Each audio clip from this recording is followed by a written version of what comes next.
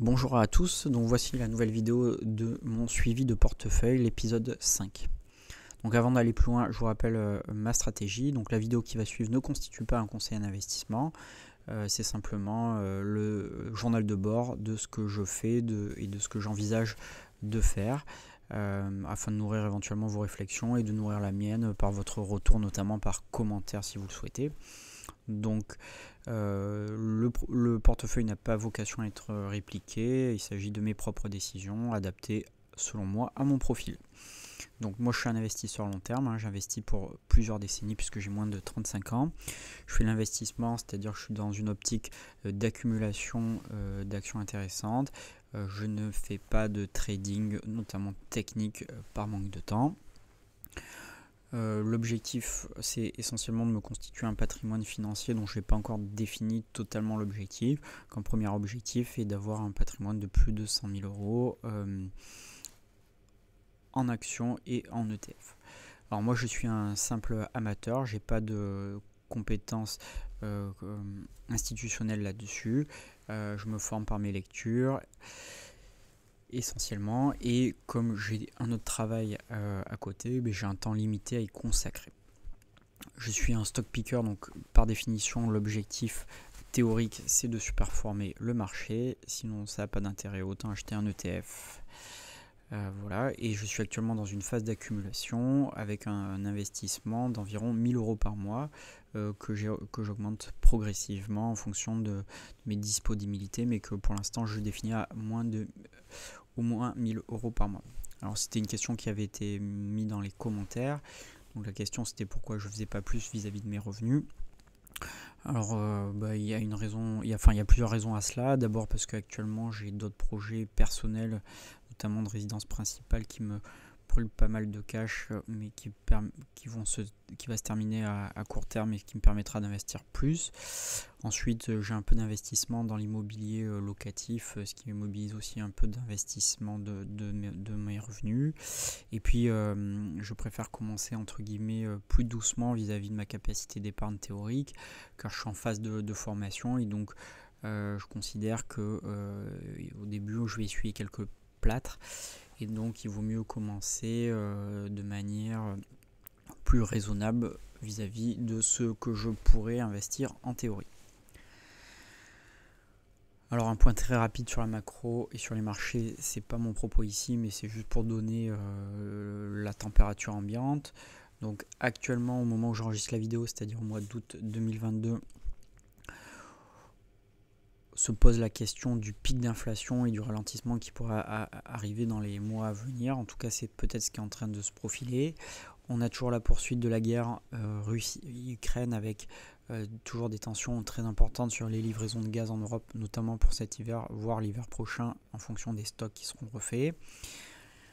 Plus récemment, on a revu la tension Chine-Taïwan qui a fait bouger très discrètement les marchés, notamment asiatiques. Et puis on est toujours dans une politique affichée des banques centrales américaines notamment et un peu moins européennes de remontée progressive des taux. Voilà pour le cadre. Et puis sur un plan des marchés, on a vu un rebond assez important cet été des marchés notamment américains et européens. Sans pour autant inverser techniquement la tendance baissière moyen terme, avec probablement ce qui correspond à un bear market rally, c'est-à-dire un rebond technique dans la baisse, éventuellement, en tout cas c'est la question. Donc voilà où on en est. Est-ce qu'on est dans l'œil du cyclone et donc petit mouvement d'accalmie avant une rebaisse plus importante à la rentrée? Ça sera à voir. Alors mes mouvements depuis la dernière vidéo qui remontait à mi-mai 2022, donc je me suis renforcé sur Meta Platform notamment, j'ai ouvert une ligne sur ASML Holding, j'ai ouvert une ligne aussi, ce que je souhaitais faire depuis un petit moment, mais j'ai dû attendre le split sur Alphabet, et puis j'ai fait une petite ligne spéculative sur ESSO et Orpea. Et enfin j'ai pu me débarrasser de ma ligne Neoen que j'avais constituée il y a environ un an de manière flat. Très légère plus-value dont je souhaitais me débarrasser puisque j'avais pas de conviction sur ce titre là, que j'avais acheté un petit peu pour surfer sur la tendance des énergies vertes, et en analysant l'entreprise, j'étais pas convaincu et je m'en suis débarrassé essentiellement sur des critères techniques. Voilà. Dans cette période-là, j'ai perçu un peu plus de 320 € de dividendes, puisque c'est la période souvent de distribution de ces dividendes. Voilà. Donc là, sur mon tableau, vous avez le rappel de mes différentes positions en action avec les plus-values latentes en vert ou moins-value latente en rouge. J'ai intégré en bas aussi l'effet change, puisque notamment pour mes investissements en dollars, même si certaines de mes lignes sont en moins-value importante, notamment sur Alibaba, elles sont compensées par un effet devise pas mal, puisqu'on voit que là l'effet devise, rien que sur mes positions en dollars, c'est une plus-value latente de 1200 € environ, ce qui contrebalance certaines positions. Alors, sur les éléments d'actualité, je ne vais pas toutes les revoir en détail. Sur GTT, sur lequel j'avais créé une position avant la guerre russo-ukrainienne pour jouer les besoins en gaz en GNL. Je suis en plus-value latente de 70%. Ce qui est sans doute plus que ce que j'espérais quand j'avais créé ma ligne. Donc actuellement, je me pose la question de savoir si le meilleur n'est pas déjà pricé et de sortir avec mes plus-values sur ce titre-là. Voilà un petit peu pour cette ligne. Ensuite, je suis rentré sur SML Holding. Alors, coup de chance, ou en tout cas élément technique, je suis rentré en tout cas sur le dernier creux. Et donc là, je suis en plus-value latente de 30%. C'était juste un début de ligne, donc j'ai acheté qu'une action et je souhaiterais me renforcer sur cette ligne là. Pour l'instant, j'attends dans mon scénario de rebond technique, j'attends que le titre parte à la baisse. Donc voilà, des lignes un peu plus spéculatives. Alors la ligne SO pour surfer entre guillemets sur la tendance aussi du titre et sur des bénéfices exponentielle attendue sur les raffineries. Donc pour jouer ce scénario, j'ai commencé une toute petite ligne, et puis pour avoir une petite ligne en termes de retournement, j'ai commencé une toute petite ligne sur Orpea. Voilà, donc c'est des lignes extrêmement spéculatives. Et enfin, donc mon renforcement sur MetaPlatform, entreprise que je trouve actuellement intéressante en termes de valorisation, malgré tous les risques que celle-ci implique, avec potentiellement pour ma part un scénario négatif sur cette entreprise, enfin que le marché a un scénario trop négatif sur cette entreprise, et un petit peu dans le creux de la vague comme avait pu être Apple il y a quelques années. On lui reprochait d'être monoproduit, puis finalement ça semble de moins en moins être un problème en termes de niveau de valorisation. Donc pour moi, je pense qu'il y aura aussi un rebond en termes de valorisation au vu du mode que représente cette entreprise. Et puis enfin, début de ma ligne sur Alphabet. Là aussi, je trouve intéressant au niveau de valorisation actuelle. Donc j'attends que le titre se stabilise dans ces zones-là pour augmenter progressivement mon exposition. J'ai des ordres en cours, notamment sur cette entreprise, qui n'ont pas encore été touchés. Bon, un mot sur mes positions d'ETF, rien de révolutionnaire là-dessus. Je fais du DCA sur l'ETF Asie, je fais de DCA sur l'ETF S&P 500. Je commence à faire du DCA sur l'ETF Rates mondial en orange. Donc là, je me pose pas trop de questions. Après, c'est pour balancer en fonction des secteurs où je crée des lignes. En tout cas, mon exposition, notamment santé, c'est du long terme. Alors voilà, ça c'est la représentation graphique de mes positions en fonction de mes stratégies. Donc j'essaye de cumuler plusieurs stratégies en fonction des lignes. Donc par exemple, mon secteur de DCA, c'est tout simplement mon exposition aux ETF gros indices. Une position au retournement donc, pour lequel j'ai rajouté hors PA, donc des petites lignes spéculatives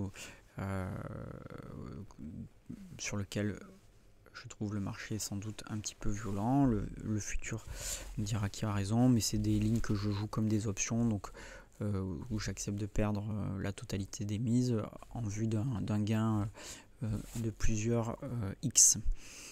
Donc en croissance, j'ai rajouté ASML Holding. Sur la tendance, pour jouer la tendance des bénéfices records attendus pour les raffineries, j'ai commencé une ligne sur ESSO. Et puis sur les piliers pour moi que sont Meta et Alphabet, j'ai commencé ou renforcé des lignes sur du très long terme pour ce type d'entreprise. Et puis comme je vous l'ai dit précédemment, j'ai dans mon secteur dividende plus cycle l'entreprise GTT, donc je me pose la question de si le meilleur n'est pas déjà pricé, donc on n'est pas en haut de cycle, et je me pose la question de prendre soit une partie de mes gains, soit avoir la totalité de mes gains, sachant que c'est un dossier très technique sur le plan fondamental, dont je n'ai bien évidemment pas connaissance de tous les aspects, notamment en termes d'ingénierie, de possession de brevets. Alors sur une vie un petit peu plus loin de mon portefeuille, la valorisation totale est d'un peu plus de 39 000 euros. Donc avec une grosse exposition en actions, une partie d'ETF, une partie en or notamment physique, une partie rates que je souhaite faire grossir mais que pour l'instant je ne fais pas grossir, et puis une partie non négligeable de liquidité afin de saisir des futures opportunités. Voilà, sur un plan de répartition donc géographique, je colle à mes objectifs qui est de m'exposer de plus en plus au marché américain et de diminuer mon exposition au marché domestique français. Donc sur ça, je suis bien. Bien évidemment, je n'ai pas atteint une répartition géographique type que je souhaiterais avec une prédominance d'exposition au marché américain. Je suis clairement surexposé au marché asiatique et notamment chinois. Parce que j'ai considéré que notamment l'année 2021 était pour ce marché-là une opportunité, et que probablement dans le temps, cette proportion, enfin en tout cas j'ai vocation que cette proportion dans le temps diminue fortement en renforçant les autres lignes, notamment du marché américain. Voilà, en termes de croissance ou de value, j'ai une répartition un petit peu, relativement équilibrée. Même si au vu de mes horizons d'investissement, j'aurais plutôt tendance à favoriser la croissance. Et je vous ai mis en dernier secteur la répartition sectorielle de mes positions en actions et des ETF sectoriels notamment. Donc on voit que je suis très exposé à l'énergie. Donc voilà, après j'ai pas de stratégie spécifique sur les secteurs au cours actuel, puisque une fois de plus j'ai pas mon portefeuille est en cours de constitution, et donc je n'ai pas pour l'instant d'allocation on va dire type ou très équilibrée. Elle représente plutôt le passif des opportunités passées. Donc mes objectifs dans les semaines et mois à venir, c'est donc de continuer mon exposition au marché américain et au dollar notamment. C'est de poursuivre ma diminution de l'exposition à la France, tout simplement pour s'affranchir du biais d'ancrage qui chez moi était sans doute trop présent au début via le PEA. Donc plus je m'intéresse au marché américain et plus je vois l'intérêt des grandes entreprises américaines, et quand on les compare en termes de valorisation, on voit qu'en termes de perspective et de valorisation, on a quand même sans doute plus d'opportunités de ce côté-là. Donc le marché français, probablement je serai surexposé par définition parce que je suis français, que j'ai un PEA, notamment via des stratégies de dividendes, etc. Donc il y aura forcément un biais d'ancrage, mais là pour l'instant 40% ça reste trop élevé, en tout cas en termes d'allocation type. J'essaie de continuer le nettoyage de mon portefeuille avec des lignes aujourd'hui sur lesquelles j'ai pas d'énormes convictions, qui a été mon passif d'investisseur moins on va dire moins systématique dans mes analyses et dans mes approches. Je souhaite aussi augmenter mon exposition aux entreprises de qualité, car à ce moment-là, en termes de temps, c'est beaucoup plus intéressant pour moi, puisque à ce moment-là, il y a simplement un effet d'accumulation des titres. qu'on peut faire en fonction des opportunités de marché et notamment opportunités techniques.